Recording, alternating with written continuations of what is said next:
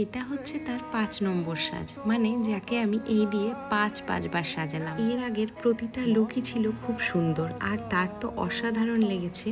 সেই জন্য সে আবারও আমাকে কল করেছে তাকে একটা স্পেশাল দিনে সাজানোর জন্য। এই লুকটি আমি কমপ্লিট করেছিলাম মাত্র ৪০ মিনিটে। এই লুকটির শাড়ি, জুয়েলারি সবই ও আমাকে দেখিয়ে দেখিয়ে কিনেছিল, কিন্তু আমি মেকআপটা আমার মনের মতো করেই ওকে করে দিয়েছিলাম।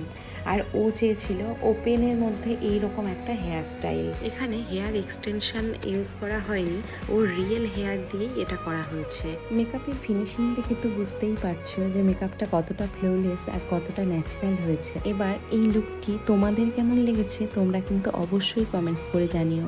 আর যদি ভালো লাগে তাহলে একটা লাইক, কমেন্টস আর আমার চ্যানেলটাকে সাবস্ক্রাইব করে দিও। আর তোমরা যদি তোমাদের স্পেশাল ডেতে আমার কাছে সাজতে চাও যে কোনো রকম লুক, তাহলে আমাকে কমেন্টস করো, আমি ফোন নাম্বার দিয়ে দেবো।